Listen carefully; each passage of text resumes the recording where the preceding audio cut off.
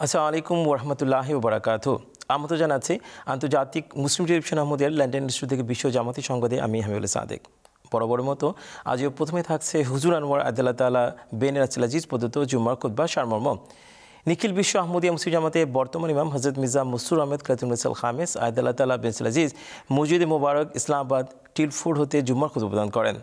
আমাদের প্রাণপ্রিয় হুজুর আতাহুল্লাহ তাআলা বিন নাসির আজিজ আজকের জুমার খুতবায় বদরের যুদ্ধের পরবর্তীকালে সংঘটিত বিভিন্ন যুদ্ধাভিযান নিয়ে আলোচনা করেন।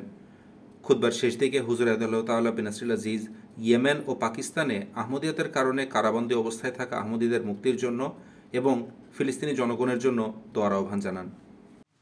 आज मैं फिर यमन के असीरान के लिए ख़ास तौर पर दुआ के लिए कहना चाहता हूँ, ख़ास तौर पर उन खातून के लिए जो वहाँ की सदर लजना भी हैं।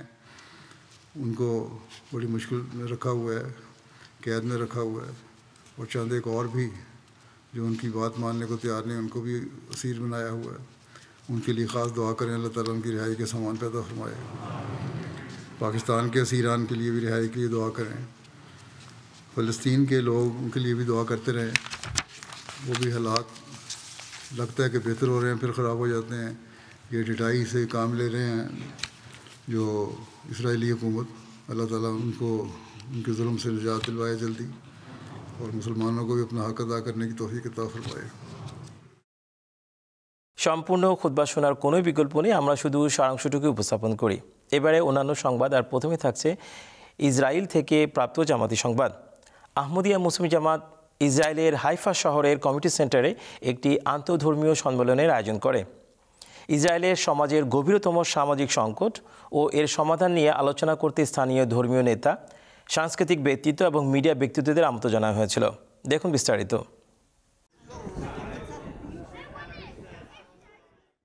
হাইফা শহরে অবস্থিত আহমদিয়া মুসলিম জামাতের কেন্দ্রে মোজাইক ফোরাম সম্মেলন নামে একটি অনুষ্ঠান আয়োজন করা হয়। পবিত্র ভূমিতে অবস্থিত আহমদিয়া মুসলিম জামাতের আমির শরীফ ওদেহ সাহেব এর উদ্বোধন করেন। এই সম্মেলনে সমাজের সকল স্তরের মানুষ, স্থানীয় জনগণ, ধর্মীয় নেতা, সংবাদ মাধ্যমের কর্মী সহ অনেকেই উপস্থিত ছিলেন। তারা সকলেই ইসরায়েলে বিদ্যমান তীব্র সামাজিক সংকট সমাধানের সম্ভাব্য উপায় নিয়ে আলোচনা করেন এবং কিভাবে আস্থা, স্থিতিশীলতা ও নিরাপত্তা সুসংহত করা যায় সে বিষয়ে আলোকপাত করেন। এসব আলোচনার মাধ্যমে দীর্ঘদিন যাবৎ চলে আসা বিভিন্ন বিতর্কিত সমস্যার পূর্ণাঙ্গ ও স্থায়ী সমাধানের একটি রূপরেখা ফুটে ওঠে।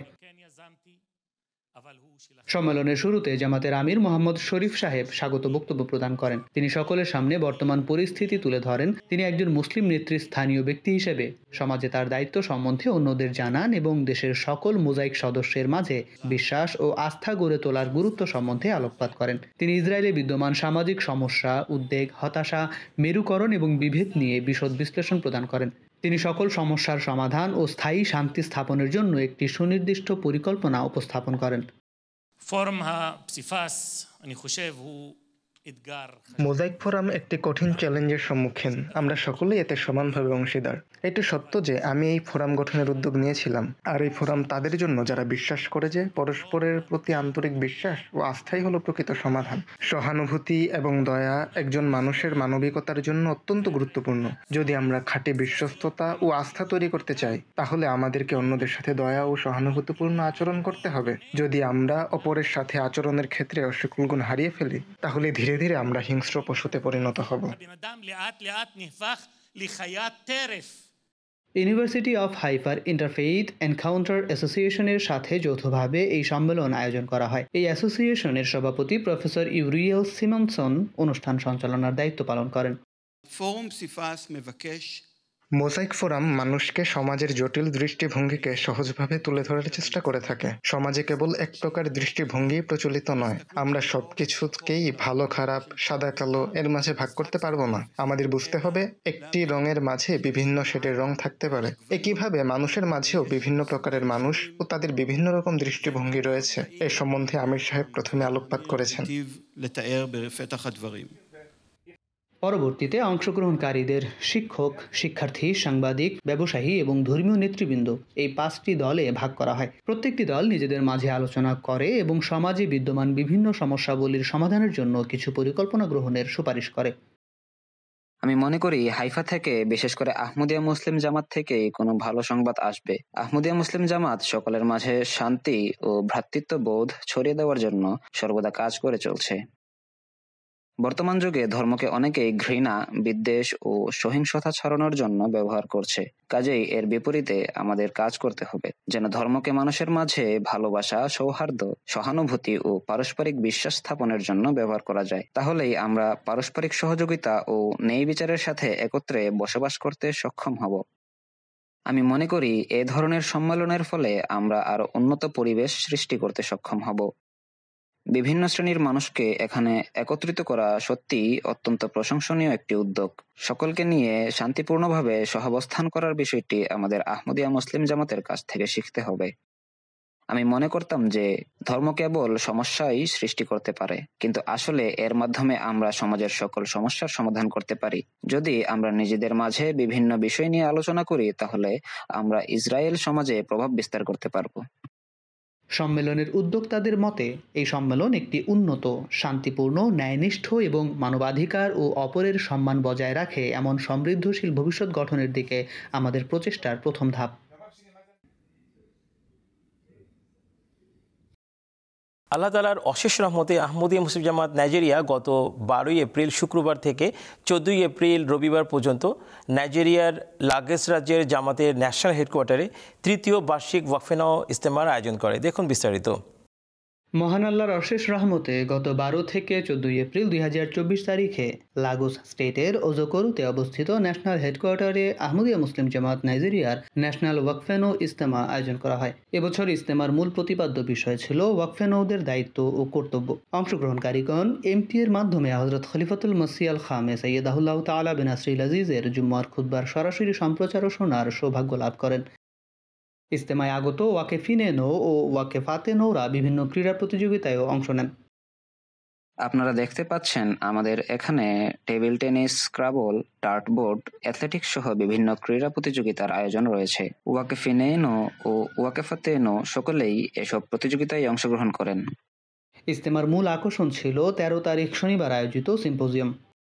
লাগোসের ওজোকোরোর তাহির মসজিদে তৃতীয় বার্ষিক ওয়াকফেনো ইজতেমার বিশেষ সিম্পোজিয়ামে সবাইকে স্বাগতম। এবছরে ইজতেমার মূল প্রতিপাদ্য বিষয় ছিল ওয়াকফেনোদের দায়িত্ব ও কর্তব্য। ওয়াকফিনেনো ও ওয়াকফাতেনো সকলেই অধীর আগ্রহে অপেক্ষা করছেন কখন মোহতরম আমির সাহেব এসে এই অনুষ্ঠান আরম্ভ করবেন। আহমদিয়া মুসলিম জামাত নাইজেরিয়ার মোহতরম আমির সাহেব সিম্পোজিয়ামে সভাপতিত্ব করেন। পবিত্র কোরআন তেলাওয়াতের মাধ্যমে এর সূচনা হয়। পরবর্তীতে হযরত মসিহ মাউদ আল ইসলামের আরবি কাসিদা পাঠ করা হয়। আমির সাহেব তার বক্তব্যে বর্তমান বৈশ্বিক পরিস্থিতিতে ওয়াকফেনো স্কিমের গুরুত্ব সম্বন্ধে আলোকপাত করেন।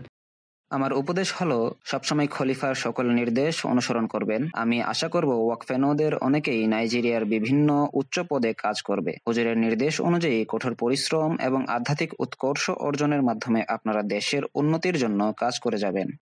মৌলানা সোলেমান আব্দুল হাকিম সাহেব এতে মূল বক্তব্য প্রদান করেন। হুজুরের বিভিন্ন বক্তব্য উল্লেখ করে মৌলানা সাহেব ওয়াকফেনোদের তাদের দায়িত্ব ও কর্তব্যের কথা স্মরণ করিয়ে দেন। নিখিল বিশ্ব আহমদিয়া মুসলিম জামাতের ইমাম হযরত মির্জা মসরুর আহমদ খলিফাতুল মসিহ আল খামেস আইয়াদাল্লাহু তাআলা বিন নাসরিল আজিজ বলেন, নবীন ওয়াকফেনোদের সকল পরিবেশে নম্র আচরণ করতে হবে। যদি প্রত্যেক ওয়াকফেনো তার সাধ্যমতো চেষ্টা করে, তাহলে আমাদের তবলিগী কার্যক্রমে অনেক গতিশীলতা আসবে। ইজতেমার অন্যান্য প্রতিযোগিতার মধ্যে ছিল পবিত্র কোরআন তেলাওয়াত, বক্তৃতা, পয়গামে রেসানি সহ বিভিন্ন তালিমি বিষয়। সেই সাথে ছিল ওয়াকফেনো সিলেবাসের উপর লিখিত পরীক্ষা, ক্যারিয়ার গাইডেন্স এবং কাউন্সেলিং। বিভিন্ন প্রতিযোগিতায় বিজয়ী ওয়াকেফিনেনো এবং ওয়াকেফাতেনোদের মাঝে পুরস্কার বিতরণের মাধ্যমে ইজতেমার সমাপ্তি ঘোষণা করা হয়। লাগোসের অজগর তাহির মসজিদে অনুষ্ঠিত তৃতীয় জাতীয় বার্ষিক ওয়াকফেনো ইজতেমার বিশেষ সিম্পোজিয়াম এইমাত্র সমাপ্ত হলো। এতে অনেক শিক্ষণীয় বিষয় ছিল। বর্তমান সমাজে ওয়াকফেনোদের দায়িত্ব ও কর্তব্য বিষয়ে প্রদত্ত বক্তব্যে বিস্তারিত আলোচনা করা হয়েছে। এছাড়াও মোহতরম আমির সাহেব আদর্শ ওয়াকফেনো হবার জন্য আমাদের খুবই গুরুত্বপূর্ণ নসিহত প্রদান করেন।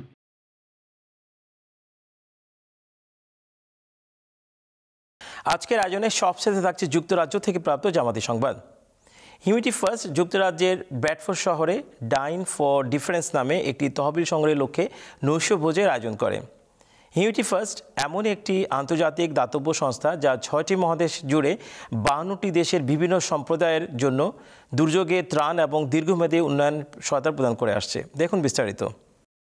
লন্ডনের ঐতিহাসিক শহর ব্রেডফোর্ডে Humanity First dine for our difference নামে একটি ফান্ড রেজিং বা তহবিল সংগ্রহমূলক ডিনার আয়োজন করে। হিউম্যানিটি ফার্স্ট একটি আন্তর্জাতিক দাতব্য প্রতিষ্ঠান। এটি 90-এর দশকে প্রতিষ্ঠা করা হয়েছিল। বর্তমানে 60টিরও বেশি দেশে হিউম্যানিটি ফার্স্ট সফলভাবে কার্যক্রম পরিচালনা করে আসছে। বিভিন্ন দেশে দুর্যোগ পরবর্তী ত্রাণ, স্বাস্থ্যসেবা এবং উন্নয়নমূলক কর্মকাণ্ডে হিউম্যানিটি ফার্স্ট অগ্রগণ্য ভূমিকা পালন করে আসছে।